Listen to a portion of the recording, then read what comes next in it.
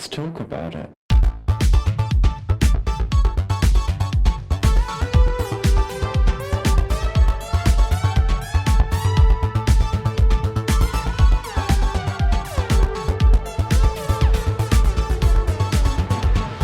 Hello and welcome back to Thicc Radio, the award-winning podcast where we talk about gaining, feedism, and everything in their orbit.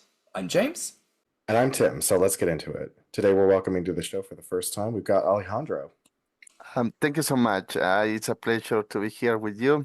So, yeah, let's start with all your questions. Or maybe I want to share all the things that I want to say about Ecuador, about the gaming community here. Wonderful. Let's absolutely get into it. But listen, baby, first of all, how are you doing today? Are you well? Oh, yeah, I'm doing well. As a teacher, sometimes I'm a bit busy, but especially for today, I did all the things of homework as a teacher, so I'm free now. I hope that in the night I continue free, so we can have a lot of fun here in this Zoom meeting. Absolutely. You know, it's always our goal, as much as sometimes, we talk about some deeper stuff and we do want to dig in where it's deep and it needs to be brought up. We always like to have fun and we always like to see the joy, especially as it pertains to the gaming experiences around the world. So listen, Alejandro, first things first, tell us about where you're from in Ecuador. What is the day-to-day culture like? I am from Ecuador.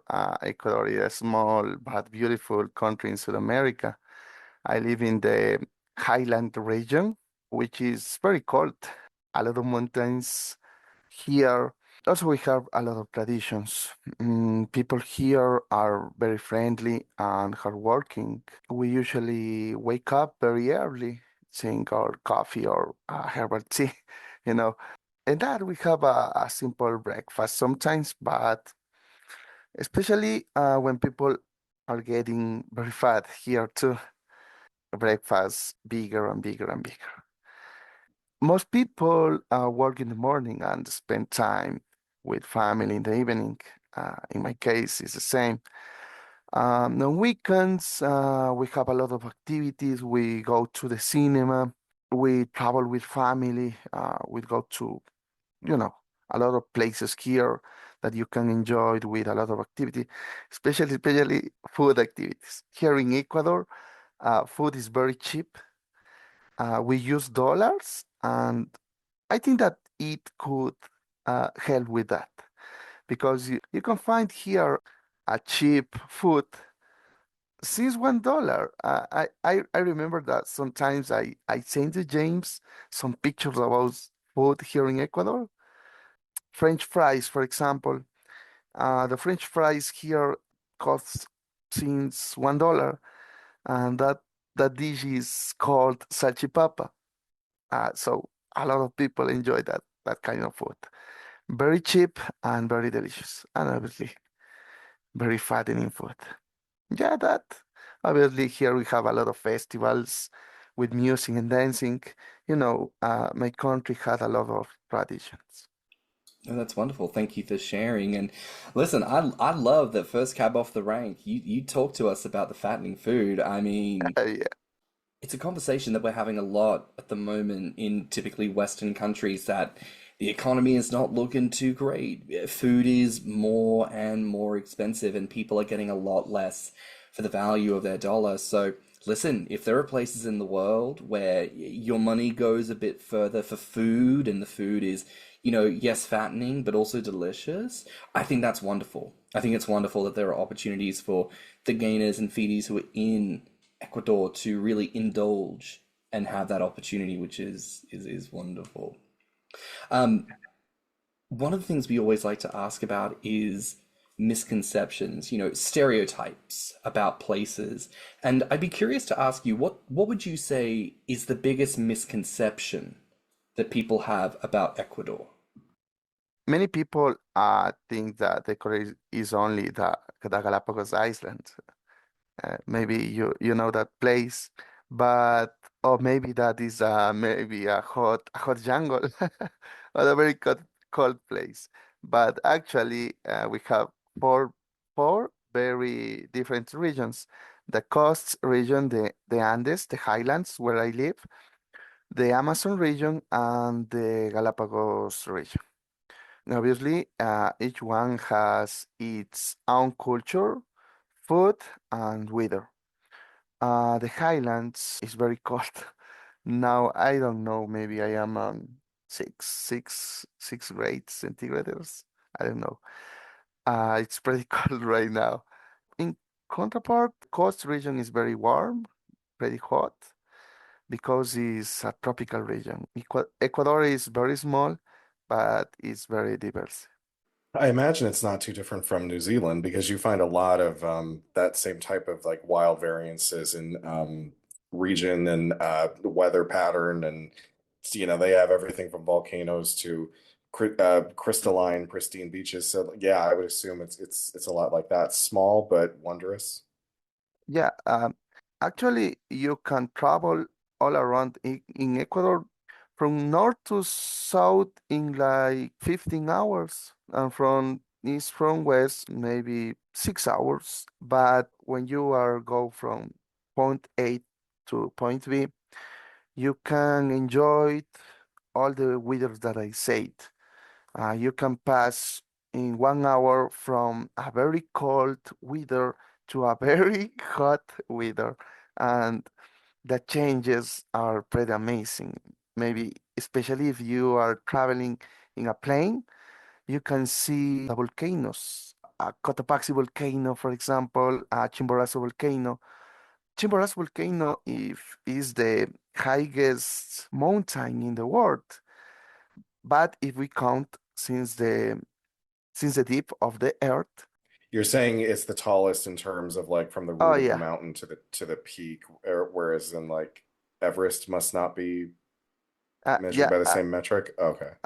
It's called the nearest place to the sun here in the Okay. earth. Oh yeah, Okay. It might have to do with like because the Earth is also not perfectly round, right? Like it's a bit of a squished effect. And so possibly because Ecuador is nearer to the equator, that therefore yeah, means that part of the bulge means that the mountain will therefore be closer to the sun versus Mount Everest, which is away from the bulge, and therefore even if it's taller from root to tip, that extra bit of dimension might mean that it's closer to the sun. Okay, I get what you yeah, mean by that. I see what you're saying. But really interesting point to explore that, there's so much beauty and wonder in a place like Ecuador. And it's interesting you mentioned the Galapagos Islands because it's one of those places where I just know it as the Galapagos. I don't associate it with a country or a sense of national ownership, right? I just sort of think of it as like, oh, there's that place in the world where things go on. And I'm sure someone's got jurisdiction in it. Apparently it's Ecuador. But knowing that there is so much diversity of the environment, I think there's this expectation with South America. Like, I can't reflect on specific stereotypes about Ecuador, but I would certainly think that any South American country, the stereotype is jungle, verdant forests, very hot, very humid, and, you know, Yeah. a lot of that. But actually, Ecuador's got a lot of difference from the coast to the mountains. I mean, as far as assumptions that I've made, I would only again don't know much about Ecuador either, so I would assume that it's Catholic. That's usually the first thing I'm going to assume, is because I know that the Portuguese and the Spanish settled in South America, so I would assume that it's a Catholic nation, but beyond that, I know nothing about it. Talking more broadly about Ecuador, what is the culture like when it comes to things like being fat, becoming fat, body positivity, and gaining? What is the culture like with those things there? in Ecuador, people have different opinions. In the past, being fat was sometimes seen as a sign of wealth and health, especially in rural areas. But now, because of society media and Western beauty standards, many people think that being thin is better, you know. So that goes against the gaining community. Body positivity is growing here too, but it's still a new thing. Some people are supportive, but others can be very judgmental. It's not always easy, but I try to feel good about myself. Sometimes with my bad friends, especially Hosmar, they he received a lot of bad comments about his weight, but he just said it doesn't matter because he loves that community. He likes to be very fat and bigger, but sometimes society is pretty bad with fat people. But we have to change that. We have to change that opinion of the society, and we are trying. Here we are just starting. In other countries, you have more freedom to express these kind of communities. Yeah. How does the culture handle being part of the LGBTQ community? Is there a safe, do you feel safe being a queer person in Ecuador or Oh yeah, you can feel safe here. You don't have problem about that. I am talking about the health issues that maybe the obesity could have with gaining weight, so that society always will talk about your weight. I like that you bring up, this dialogue around weight because again, sometimes I think as people who live in the West, we get very in our own heads around how these things work. This idea that negative treatment because of weight is a specific Western thing when actually it's happening everywhere, and it's important to address. I'd be curious to ask, as much as, some of the culture there does not treat fat or size as a good thing, what about when it comes to resources like clothing is one that we love to ask about. Is it easy to find plus size clothing for gainers in Ecuador, or is the clothing market more skewed towards the thin? It can be hard to find clothes for plus size people here in Ecuador. Many stores only sell small, medium, large, sometimes extra large sizes. Maybe you can find easily till 2XL, maybe 3XL. But now something interesting is happening. Some local brands and online stores are starting to offer bigger sizes, which is great for us. There are also some plus size influencers here on social media who help people feel more confident. We still need more options, especially in small towns, but things are slowly improving. We live very near to a place called El Tambo. That doesn't have translation. So in that place, you can find a lot of factories that just create jeans, shorts, t-shirts, and a lot of clothes. So some stores there start to create some bigger sizes because people are growing here. Last time that I went to that place, I went with Hosmar to try to find some clothes, and we did it. We find we find 5XL pants for him and some pretty good t-shirts for him too. So that's pretty good. That's pretty good. Also, you can find a lot of online stores that have a lot of sizes, including till 5XL. So that is pretty good for my friends, especially for Osmar, who I don't know, maybe in like 2 months he will be in 52 pants size. I hope that. That's fantastic. And I am glad that there are things that are there. I think this is something we hear about in most places, really, that while while the fashion options are not so readily available for larger sizes across multiple stores, there are at least still places that you can go to and that you can go to in person to really hunt through and find some good pieces. As much as I love that we have so much more online shopping available to us, and again, especially in the West, it makes it easy to access things if there is no brick and mortar store in your town. It does make it challenging because so many brands have, they use different waist measurements and drop measurements, and the shirt fits, tight across the belly and loose on the chest, and everywhere it does things a little bit different. So I think being able to be there in person and try things on and make sure that it actually fits you is a really big help. Can I ask, when it comes to finding places like this, did you find it very easy to do? Like, if you put it into Google, did it come up, or is it more of a word of mouth, talking to other people to try and find this kind of stuff?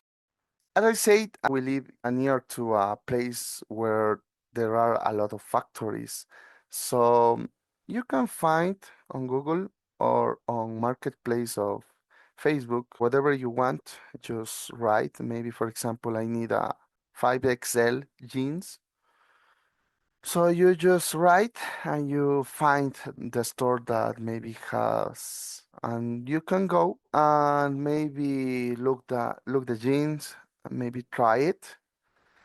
And as you said, there is a lot of maybe issues sometimes with the sizes. For example, the belly, the butt, the hips are pretty different in each body. But you just Google it and you can find it. When it comes to gaining in places, and again, we reference the West here, America, the US, Canada, the UK, even Australia to an extent, when you think about places like that, how do you view the gaining culture? Like, do you see it as a positive thing? Like, what kind of feelings does it stir for you? I think in places like USA or Europe, gaming culture is more open and accepted. There are many online communities and even events, where people talk about their gaining or body positivity.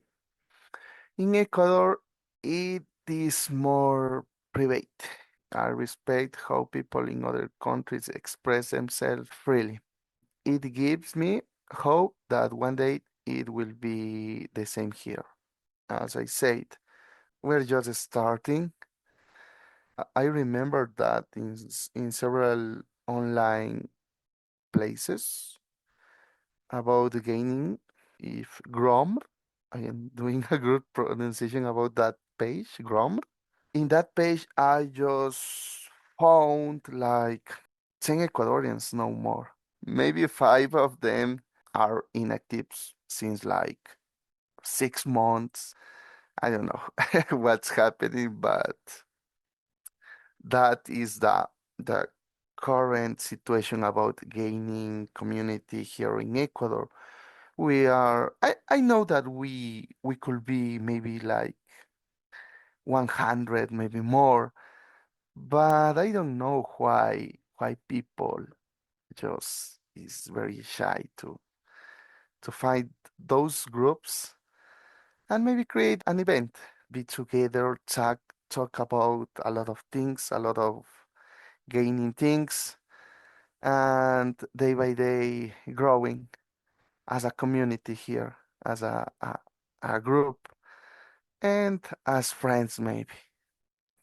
Yeah, that seems to be like no matter who we talk to from no matter where in the world, it's the same kind of thing. Like, oh, people are kind of skittish, people are kind of shy, people don't necessarily want to meet up. I guess that's just is that what is that? Like a byproduct of the digital age? The more connected we are, the less we talk to each other, or some proverb like that. Yeah, there's some interesting research into how, connectivity does not cause us to come close together. And again, I think there is a conversation to be had around the concept of community. Uh, Community is born out of effort. There is no such thing as something innate. It is all created, made of effort. When it comes to queer stuff, POC stuff, you know. It is always what people intone and what people put effort into and towards. That's why it's important to recognize the efforts people make in community. Because the moment they stop, community will fall apart if you do not work to sustain it. So you mentioned that the community in Ecuador is quite small. I want to ask you, like, if you could request a change in the Ecuadorian gaming community, what would that change be? The gaming community in Ecuador, as I said, is very small and quiet. Most people keep it private. We just use the online sites. There are a few groups on social media where you can find another people, but it's pretty difficult. It's pretty difficult. So if I could have a wish that could change something, could be that people be less shy, as Tim say, less shy to just share good times with the community. I love that. And so, to anyone listening, if you are either based in Ecuador or if you're traveling to Oh yeah. Ecuador, take this as your moment. Look up our wonderful friend Alejandro here and arrange to have a meal and meet some wonderful people. But speaking of meal, you mentioned some food right at the start there, and you had my tummy rumbling. I need to know, Alejandro, I need you to tell me, what is your favorite Ecuadorian snack, drink, and meal? What's on the menu in Ecuador? A pretty hard choice for me because we have a lot of food, a lot of delicious food here. But I could say that my favorite meal is a dish called encebollado. That is a hot fish soup with onions, yuca, and special tomato and spicy broth. I don't know. Recently, I read a new that encebollado currently is the second more delicious soup all around the world. I read that like 4 months ago. I can't remember, but maybe you can find it on Google, and maybe if you have the opportunity to try it in UK, I know that you can find some Ecuadorian food there. Go and say, "May I have a encebollado?" You will be in the heaven for till you end your dish. Another very special drink called colada morada. It's like a purple drink did with a lot of fruits, with a lot of local fruits. It has a purple color because the ingredients also are pink. That drink we used to prepare in November on the Day of Death as a celebration here. Another thing is something called empanadas de viento. A pretty small, not too big, like pastry, fried with some chicken or maybe some cheese inside.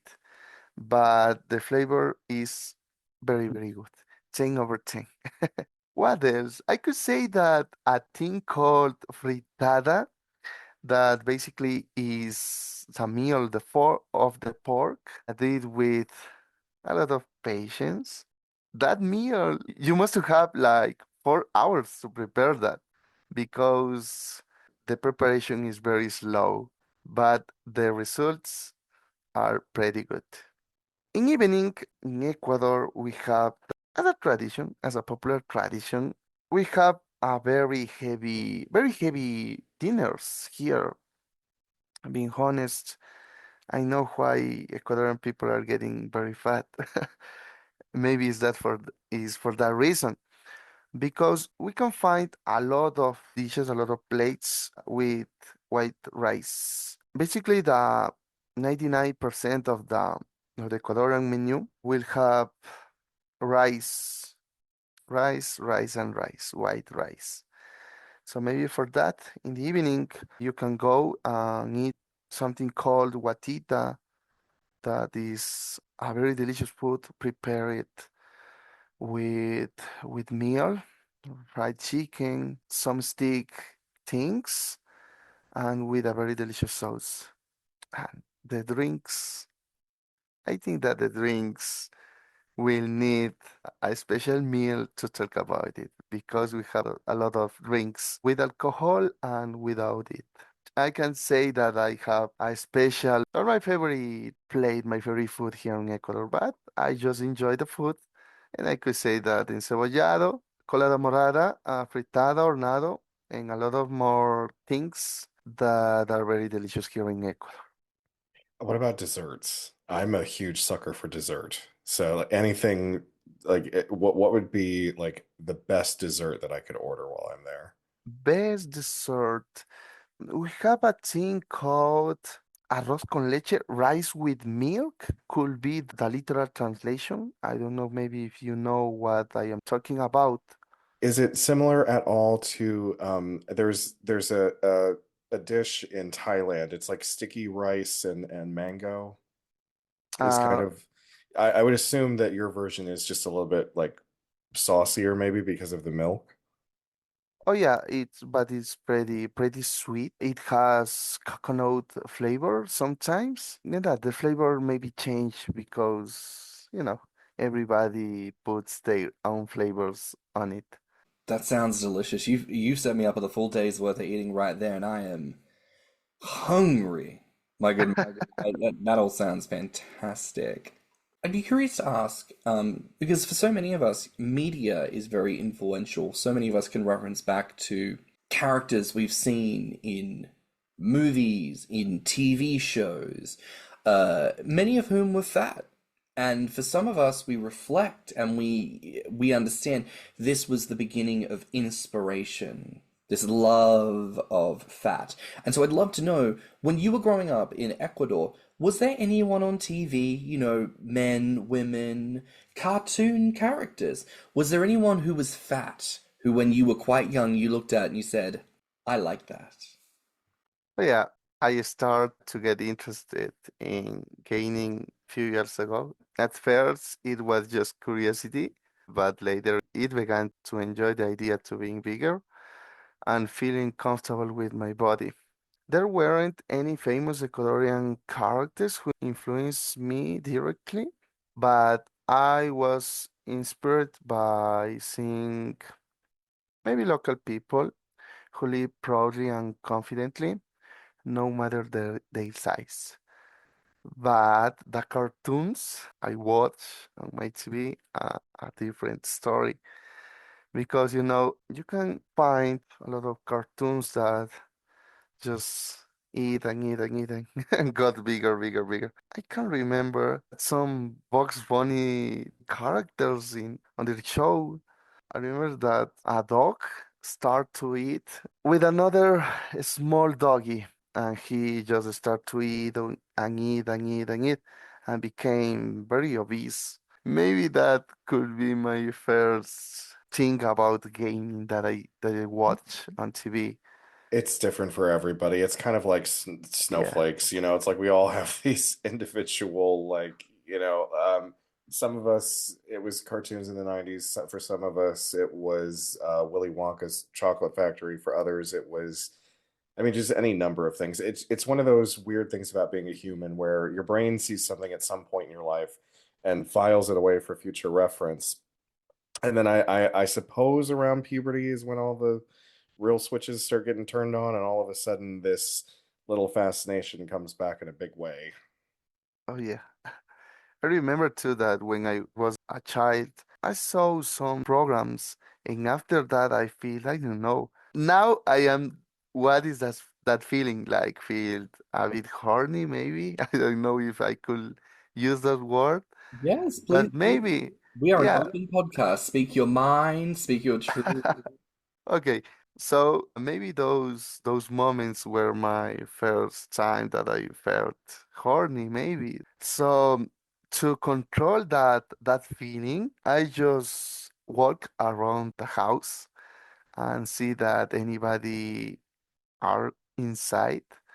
I just close the doors and I start to put a lot of clothes inside my t-shirt, inside my pants to create a big belly. I don't know why I did that, but I think that it was motivated for the things that I watch on the TV. That's a very Sometimes, common thing among gainers. Like there's a lot of gainers out there that did that when they were children. Oh yeah, yeah. padding, Oh yeah, bloating. padding. Padding is the word. Is Yeah. that the word? But again, how wonderful to know that, it doesn't matter whether you come from, a suburban town in the middle of wherever in the West, or if you come from the highlands of Ecuador, there is this thing in you that says, I like this size and shape and I want to envision it. And so you put on clothing or you stuff pillows under your shirt, and there's Yeah. something in you that just craves to experience what it is like to have this going on. And I think that's so beautiful to know that that's a very universal experience for many of us. And you mentioned those cartoon dogs who, ate themselves very, very fat. The Bugs Bunny of it all. Tim, we talked about how we think in our minds there must have been fetishists writing kids' cartoons at one point, but in actual reality, I think maybe what was being done, and I think Bugs Bunny and maybe the Warner Brothers of it all is a good example of this. Back in an era where there was no plan to create narratives necessarily. It was just, what do we think is funny? What comes from the belly of laughter? What seems so natural and human to want to present and giggle and laugh and enjoy? And I think that's actually quite an interesting thought, that this is perhaps the root of gaining in media that inspires us, that it comes from some kind of innate human thought of this is something shared and universal that we can all get a sense of. And for some people, it's just laughter, but for many of us, it becomes a moment of an I awakening. mean, if we're being completely honest, there's nothing new under the sun. So, I mean, that's the thing is like everything that you think is uncommon and weird or strange or whatever, it is a common human experience because you're feeling it. And if you're feeling it, someone else is feeling it too. And there are chances that there's a large population of people who are feeling it, and because we hit so many Venn diagrams, like you don't know what other communities they're dispersed through. So gaining is a common human experience, whether people want to admit it or not. Oh yeah, absolutely. Also, I remember that my mom used to do some dress, some small clothes for my teddy bears, and also I used to put some small clothes inside of the teddy bears, so the teddy bears were fat too. I love that. That's adorable. Yeah. Now, I'd be curious to ask, when it comes to having a dialogue in Spanish, talking to other gainers and feedees, is there like a phrase that you'll say in Ecuador that's like, ooh, you're looking fat and handsome right now, you're looking thick and delicious? Is there like a thing that you'll say? Oh yeah. Here in Ecuador we have a lot of phrases. I could say a popular one that says, "Lo que no te mata te engorda." It means what doesn't kill you make you fatter. Yeah, What doesn't kill you makes you That fatter. that's a yeah, good Oh, one. I like that. yeah, now, what yeah. was that phrase again? Give it to me slow. Lo que no te mata te engorda. Lo que no te entra, Lo que no te mata lo que no te mata, te engorda. te engorda. Perfecto. Perfect. Now I know, Tim, you said you can't like I can't, no, I can't roll my tongue in the front, so I'm not going to butcher this by trying to say it. Oh yeah. No, no, I no can roll my problem. tongue in the back. I can do French, but I can't do Spanish. Oh yeah. People sometimes say it in a funny way when eating something that tasty or unhealthy. Especially I could say that I like it because it sounds happy and relaxed, and it shows that food sometimes can be just about enjoying without guilt. Now, I know we're coming near the end of our episode today, so I want to ask you here, is there a question that you want to be asked about when it comes to your life in Ecuador? And if so, what is the question?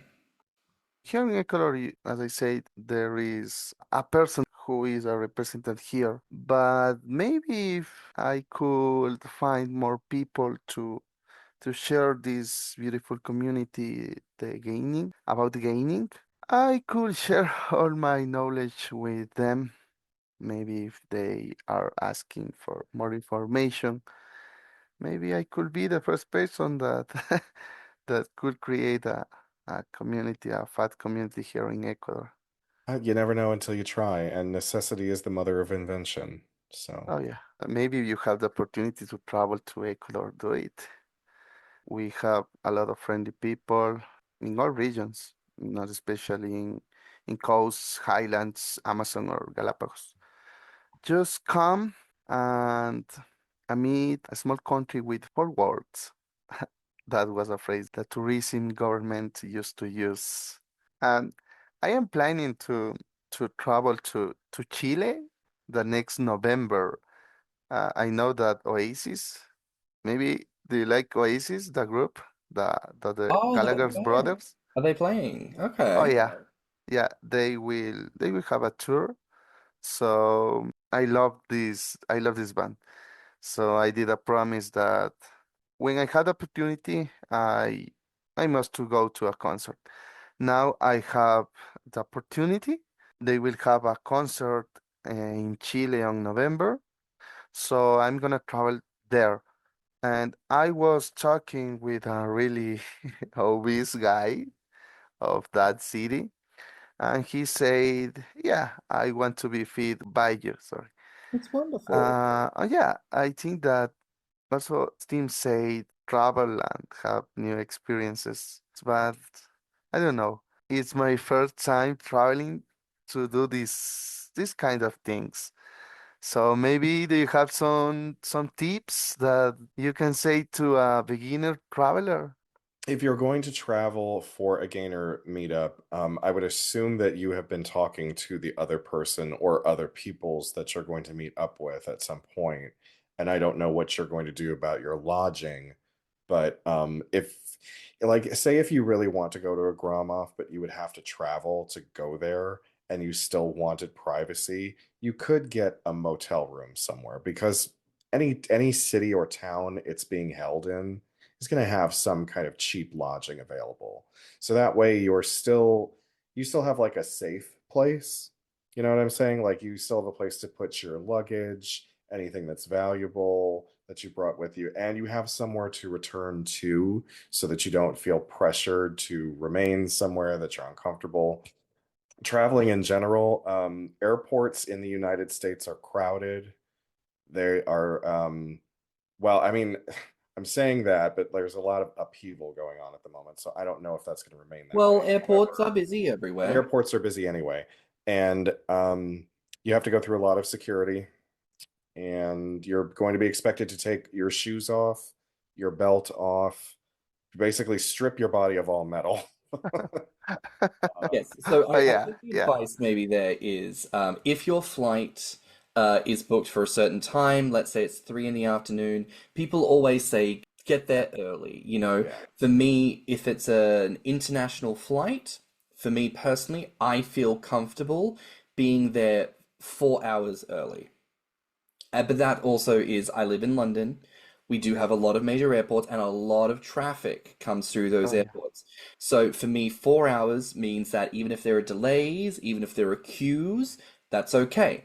I can go in, I can get everything done, I will get to my gate on time, and even if there's time to spare, I always make sure I have a book. I always make sure that I have my chargers ready to plug into the walls because I have a lot of those and you can just sit and relax. But I'd also say with travel, the number one thing is be open to new experiences. You're going to Chile, and I imagine that there are going to be some similarities in how Ecuador and Chile work, Oh yeah. but there are going to be some differences. There's going to be slang, there's going to be uh, elements that you won't be able to plan for, and you won't know about any of it until you get there. And you need to be prepared to say, oh, this is different to what I normally expect. That is okay. I now know that this is how they work, and so I will get straight on and I will do the thing the way that they do the thing. It's the way you learn about the people and the experiences and the culture and all of those moments. And I think being open to that learning means that you're also more aware of when there is miscommunication So, for example, meeting up with other gainers. And if there's a miscommunication, you're more equipped to address it and have the situation be amicable. But mostly, I'm just excited for you. I think this is a really exciting opportunity. And this is also a call out to any of our listeners based in Chile. November, our boy Alejandro is going to be coming down that way. So if you see him on Grommr, if you want to reach out to him to meet up, reach out to him, have a chat, organize some fun, and that'll be fabulous. But Alejandro, that brings us to the end of our episode this week. Thank you so much for your time. Thank you so much for the opportunity, guys. I really feel very good sharing a small part of my country, a small part about the gainer community here in Ecuador. As I said, we are just starting, but it's very important to do the first steps in a very good way. Well, listen, where can the listeners find you online? Oh, yeah. Sorry, I didn't Oh, that's understand okay. the question. Oh, yeah. What are your social media handles and what platforms are you on? I am on Instagram where I upload the progress, especially of my friends. Soon I will upload some content of me too on the same page. I don't have more of it. Sometimes English is very tricky to speak, so sorry for that. You don't need to be sorry. We are Yeah, blessed to have people like yourself who do not speak English as a first language sharing your experiences in English on our podcast. We are the ones who don't know how to speak another language, so I think you're the incredible one sharing what you do. So thank you for sharing all of that with us. But yeah. that is a wrap for now here this week on Thicc Radio. Please remember to like and subscribe, rate us 5 stars, and leave us a good review. If you liked this episode, the podcast, or just us in general, please share it with your friends and encourage them to tune in. You can find me on Instagram and BlueSky at stannnum. And you can find me on Instagram at thiccmouse and Grommr at orpheus. You can also look us up on Instagram, YouTube, and TikTok at our Thicc Radio, or at our website at podpage.com/thickradio. If you want to become a financial supporter of the show, you can donate to our PayPal, and you can always write to us at thiccradio@gmail.com. So until next time, bye, Fats. Bye, Fats. Bye bye, Fats. Let's talk about it.